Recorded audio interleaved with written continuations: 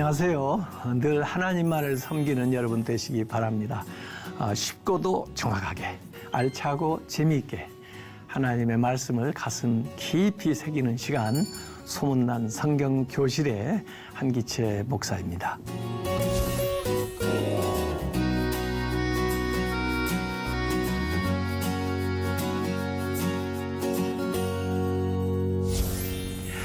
지난 시간에 나눈 내용 기억하시죠? 십계명 이렇게 살라라는 말씀을 나눴습니다. 오늘 나눌 내용은 이제 첫 번째 십계명 들어가는데요. 짝퉁신, 내가 만든 신, 이런 주제로 말씀을 나누려고 합니다.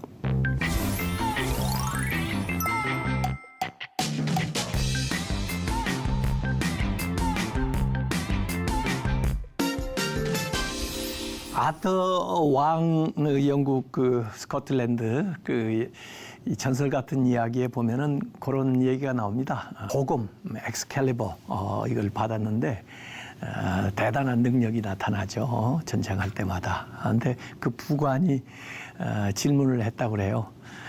그 보검과 더불어 칼집도 받았는데 왕은 칼이 중요하다고 생각합니까? 칼집이 중요하다고 생각합니까? 그랬더니 그야 물론 칼이 중요하지. 그랬더니 좀 실망한 듯이 그러면서 칼집이 사실은 더 중요합니다. 이 칼집은 이 사람들을 치유하는 능력도 있고 또 모든 일을 예방할 수 있는 그런 기능도 있습니다. 이런 거죠. 가만히 생각해 보면 물론 우리가 하나님의 구원받은 자녀인 것도 중요하지만은 그것을 담아야 되는 성품이라든지 또 삶이라든지 그리고 리더십이라든지 이런 것들도 못지않게 중요하다고 봅니다. 그래서 소중한 이 복음은 그 칼집에 잘 간수되고 또 활용될 때 꼭 필요한 때 대단한 능력이 나타날 수 있다고 그렇게 생각을 하는데요. 그래서 오늘 이제 소문난 성경교실 두 번째 시간 이렇게 살라 하는 것 가운데 출애굽기 20장 3절의 말씀을 한번 살펴보려고 생각을 합니다. 앞에 얘기한 것을 다시 조금 복습해 보면요. 십계명은 하나님의 은혜로 우리가 이미 구원을 받았지만 이제 출애굽을 했지만 그 하나님과 우리와의 그 관계를 더 좋게 또 원활하게 유지해 나가는 수단으로 주신 말씀이라고 했습니다. 그래서 이 십계명을 제대로 지키려면 십계명을 주신 하나님의 그 의도 그것도 우리의 마음의 동기를 잘 문제 삼고 주의해서 지켜나가야 되는 건데 그 의도와 동기가 첫 번째 계명과 열 번째 계명에 담겨 있다고 했습니다. 이 첫 번째 계명은 우상을 두지 말라고 하는 거고 열 번째 계명은 탐욕을 부리지 말라고 하는데 사실은 이 탐욕이나 우상을 두는 것은 마음에 우선 두는 겁니다. 마음의 동기의 문제죠.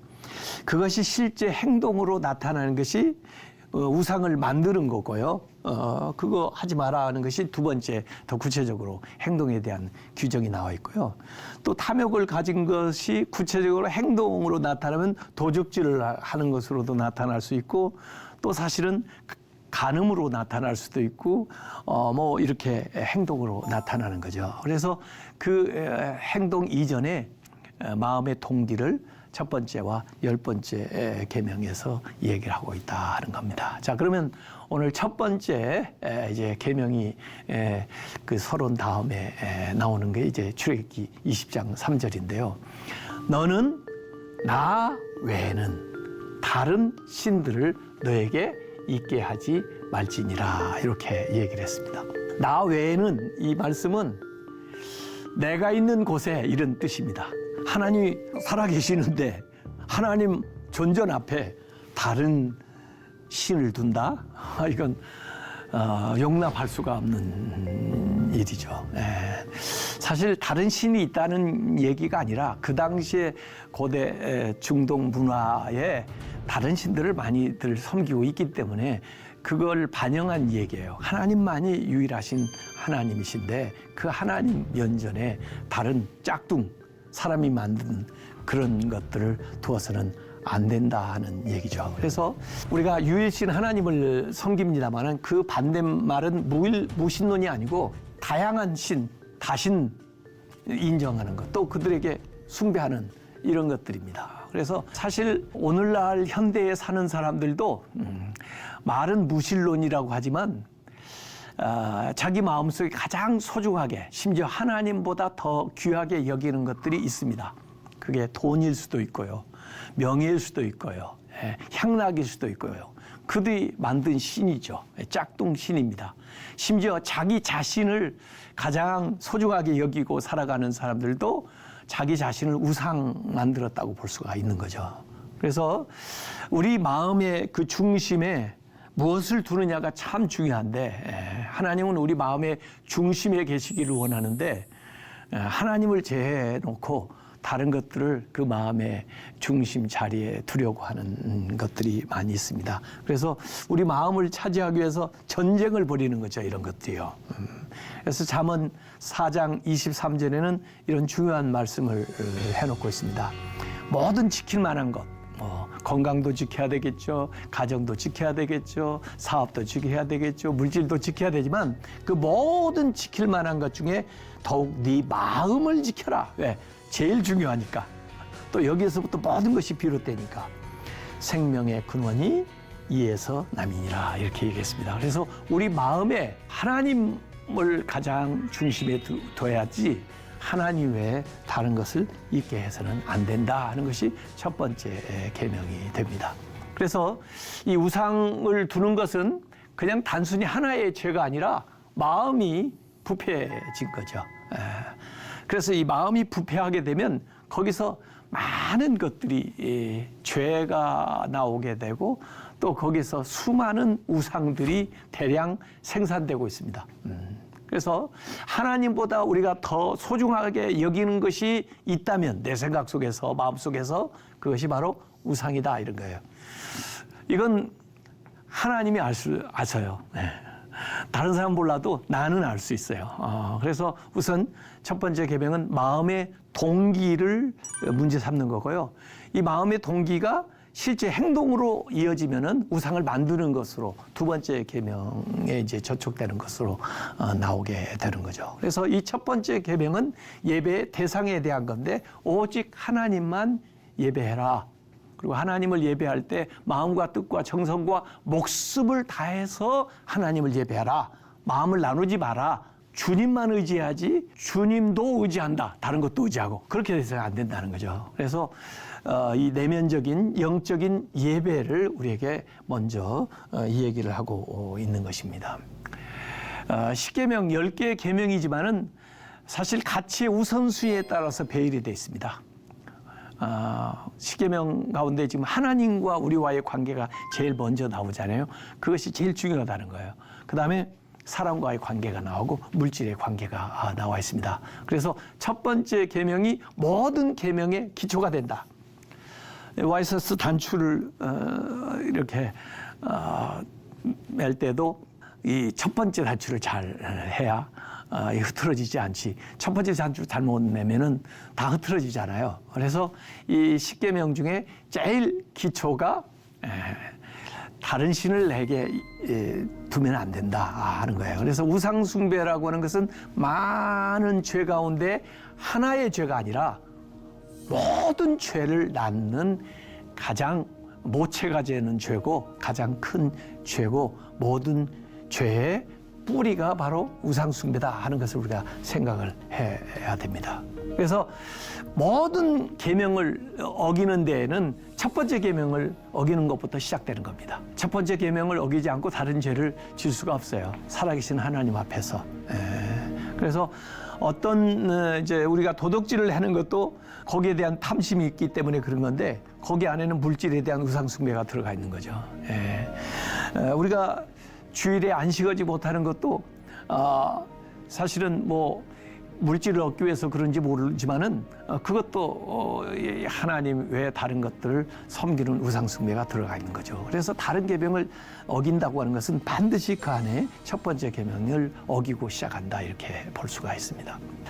최초의 에덴 동산에서 아담과 이브에게 생명나무도 또 뭐 선악과도 그리고 많은 것들을 다 주시면서 사실 선악과를 따먹지 말라고 그랬는데 이 선악과는 어떻게 보면 이 아담 이브에게 준 딱 유일한 법이라고 볼 수 있어요. 하나님과 우리의 관계성 속에서 꼭 지켜야 될 그것도 많은 것도 아니고 딱 하나. 그런데 그 하지 말라는 거에 그렇게 너무 관심이 집중돼 가지고 이게 우상이 돼 버린 거예요. 우상이라는 걸 어떻게 알 수 있냐면 그 선악과를 보니까 먹음직하고 보암직하고 지혜롭게 할 만큼 탐스럽게도 한지라, 이렇게. 모든 우상은 이렇게 우리가 보는 거, 듣는 거, 생각하는 것에서 옵니다. 그래서 우리가 우상으로 여기는 것들은요, 우리의 눈과 마음에 좋다고 생각하는 거, 또 사랑스러워 보이는 거, 인기 있게 보이는 거, 또 남들이 가진 거 부러운 거, 또 얻고 싶은 거, 이런 것들이 우상이 되기가 쉽습니다. 뭐 괴물처럼 무서운 것이 우상이 되는 것이 아니고요, 우리 마음속에 하나님을 대체해가지고 두려고는 하나님 대용품, 그러니까 가짜신이죠. 제가 이걸 짝퉁이라고 표현을 했어요. 하나님을 대체하려고 하는 그 싸구려 것들을 갖다가 숭배하는 거죠. 우상을 숭배하는지 하나님을 숭배하든지 숭배하는 건요, 닮아가게 돼 있어요. 하나님을 예배하는 사람은 거룩해지죠, 하나님의 성품처럼. 그러나 우상을 숭배하는 사람들은 그 우상처럼 됩니다. 그래서 이 우상 숭배한다는 것은 단순히 어느 대상을 숭배하는 정도가 아니고 그의 삶의 목적이나 의미나 가치관이나 세계관이나 성공이나 실패를 기준하는 것이나 불행이나 행복의 개념이 바로 그가 섬기는 우상의 기준에 따라간다는 것입니다. 그래서 우리 신자들의 신앙생활이나 일상생활은 우상 숭배자들과 전혀 다른 세계관과 가치관을 가지고 있어야 됩니다. 성경적인 가치관을 가진다는 것은 하나님만을 섬기고 사랑하고 살아가는 겁니다. 그래서 이 첫 번째 계명은 하나님을 내 인생의 첫 번째 자세에 모이라는 하나님 제일주의로 살아가는 얘기예요. 하나님만이 우리의 유일한 신이시고 우리의 예배를 받으시기에 합당하신 분이다. 그래서 성경에는 그런 말씀이 많이 나오잖아요. 이사야서 44장 6절에 나는 처음이요 나는 마지막이라 나 외에 다른 신이 없느니라. 신명기 6장 4, 5절에도 이 쉐마인데요, 이스라엘 사람들은 늘 이걸 암송을 했습니다. 이스라엘아 들으라, 우리 하나님 여호와는 오직 유일한 여호와이시니 너는 마음을 다하고 뜻을 다하고 힘을 다하여 내 하나님 여호와를 사랑하라. 예수님께서 말씀하신 마태복음 22장 37절에 내 마음을 다하고 목숨을 다하고 뜻을 다하여 주 너희 하나님을 사랑하라. 이게 사실은 십계명의 정신이라고 볼 수가 있고 이것이 바로 일계명에 집약적으로 나와 있습니다. 자, 십계명과 성막제도를 주었다고 하는데요. 이스라엘이 이제 유목생활 하다가 가나안에 정착을 하게 됐잖아요. 그 가나안에 들어와 보니까 그 사람들이 이 바알을 섬기고 있는 겁니다. 그래서 이스라엘 사람들이 생각하기를 하나님은 유목인의 신이고 이 바알은 정착 농경 문화 속에 사는 사람들의 신인가 보다, 이렇게 생각을 한 거예요. 그래가지고 우리가 목축업도 하지만은 이제 가나안에 정착해서 이 농사도 지어야 되니까 하나님도 섬기면서 이 바알도 섬기자. 그래가지고 심지어 하나님께 드리는 번제단 옆에다가 남은 재물을 옆에 드리는 바알의 단도 만들어놨어요. 이 뭐라 할까요? 보험을 들었다고 할까요? 양다리 걸치기죠. 그래서 절대로 하나님이 그런 걸 용납하지를 않습니다. 다른 신을 둔다는 것은 이 한정적이고 부분적인 가치를 가지고 있는 것에게 절대적이고 완전한 가치를 부여하면서 그렇게 착각하고 충성하는 이런 것들이 바로 우상을 섬기는 건데 두 개의 마음을 가지고 살아가는 거죠. 여러분 하나님의 보좌는 딱 하나입니다. 2인용 벤치가 아니고 딱 보좌는 하나예요. 한 분만 우리가 하나님으로 모셔야 됩니다. 그래서 이 여호수아는 이제 가나안 정착을 이끌었던 분 아닙니까? 그분이 마지막에 유언을 할 때 이 세겜에서 이스라엘 백성에게 이렇게 얘기했습니다. 그러므로 이제는 여호와를 경외하며 온전함과 진실함으로 그를 섬기라 이렇게 하고 너희 조상들이 강 저쪽과 애굽에서 섬기던 신들을 치워버리고 애굽에서 이집트에서 섬기던 신들이 있었잖아요. 그들 과거의 신 치워버리고 여호와만 섬기라. 만일 여호와를 섬기는 것이 너에게 좋지 않게 보이거든 너희 조상들이 강 저쪽에서 섬기던 신들이든지 과거의 신들이든지 또는 너희가 지금 현재 거주하는 땅에 있는 아모리 족속의 신들이든지 너희가 섬길 자를 오늘 택하라. 그러면서 결단을 하는 거예요. 그러면서 그 여호수아는 자기의 결심을 먼저 밝힙니다. 오직 나와 내 집은 여호와를 섬기겠다 이렇게 얘기를 하는 겁니다. 그래서 이스라엘 사람들이 그동안 경험했던 많은 것들이 있을 거예요. 종노릇했던 과거 애굽 사람 섬기던 신, 또 암몬이나 레, 만신전, 태양신, 달신, 아모리 족속들 현재 또 가나안 땅의 신들 유행하는 바알과 아스타롯 다 있을 텐데 나는 우리 가정은 여호와만 섬기겠다. 이렇게 여호수아는 결심을 밝힙니다. 유상은요 시대나 상황에 따라서 변장술이 대단합니다. 저는 그래서 트랜스포머라고 이렇게 얘기를 했는데 변신해요. 또 진화해요. 다른 옷을 입고 우리에게 다가옵니다. 그래서 우상 잘 분별해야 됩니다. 자기도 모르는 사이에 자기 삶에 들어와 가지고 자리를 딱 차지하고 하나님의 영광을 자기가 취하는 그런 경우가 있어요. 그래서 잘 분별해야 됩니다. 여호수아뿐 아니라 엘리야도 똑같은 도전을 갈멜산에서 이스라엘 백성들에게 한 적이 있습니다. 이 갈멜산에서 불을 내리는 신 증명 대회를 열었는데요. 사실 참 누구든지 불을 내려서 이 예물을 연납하는 분이 참 신이다 해가지고 바알을 섬기는 자들을 아스타롯을 섬기는 자들이 850명이 발발발발발발 했는데 불이 안 내려오잖아요. 이때 이 엘리야가 이스라엘 백성들에게 도전한 말씀입니다. 너희가 어느 때까지 둘 사이에서 하나님과 바알 사이에서 머문 이리 기울었다 저리 기울었다 양다리 걸치기 하려느냐 이런 거죠. 여호와가 만일 하나님이면 그를 따르고 하나님을 따르고 바알이 만일 하나님이면 그를 따를지니라. 그러면서 자신은 이제 하나님 편에 서서 이제 일들을 수행하는 그래서 하나님의 불의 역사가 갈멜산에서 나타나는 것입니다. 하나님은요 어떤 라이벌도 허용하지 않습니다. 절대로 우리가 라이벌 세우면 안 됩니다. 하나님 라이벌 세우면요 그것 때문에 시험을 당하거나 또는 그 라이벌 세운 게 죽습니다.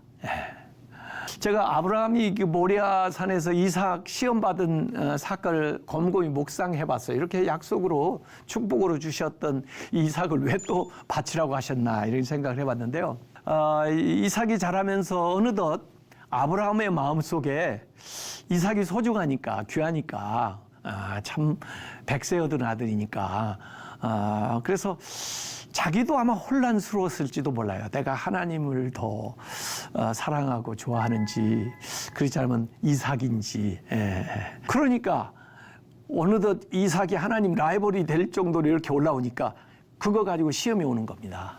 분명히 하기 위해서. 그런데 다행스럽게도 아브라함은 모리아산에서 이 시험에 합격했잖아요. 나에게 아무리 이삭이 소중하지만은 하나님이 더 소중한 분입니다. 이걸 고백해서 합격점을 받았는데 아브라함뿐 아니라 이삭에게 유익한 것입니다. 이삭도 자기 아버지를 생각할 때 세상에 나만큼 우리 아버지한테 소중한 사람이 없는 줄 알았더니 나보다 더 소중한 분이 우리 아버지에게 계셨구나. 그것이 그에게 얼마나 큰 교훈이 됐겠어요. 인생을 살아가면서. 근데 실패한 사람이 있습니다. 엘리는 그 아들 홈리와 비느하스 그들이 악행을 하고 하나님이 받아야 될 것을 가로채고 그럼에도 불구하고 제어하지 못하고 그래서 하나님께서 이 엘리에게 지적한 죄가 사무엘상 2장 29절에 나옵니다. 너희는 어찌하여 내가 내 처소에서 명령한 내 제물과 예물을 밟으며 너의 아들들을 엘리에게 하는 말이에요. 나보다 더 중히 여겨 내 백성 이스라엘이 드리는 가장 좋은 곳으로 너희들을 살지게 하느냐. 이 죄를 범했는데도 불구하고 제지를 하지 않는다는 거예요. 그래서 결국 어떻게 됐습니까?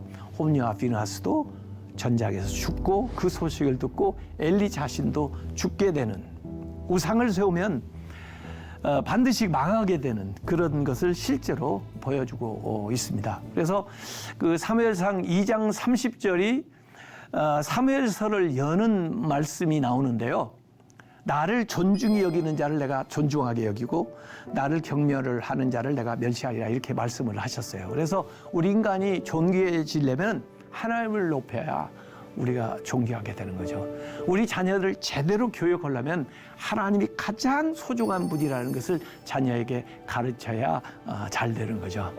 그래서 아까 그 엘리는 실패했지만 그 한나, 참 어렵게 얻은 사무엘이지만은 하나님께 바치잖아요.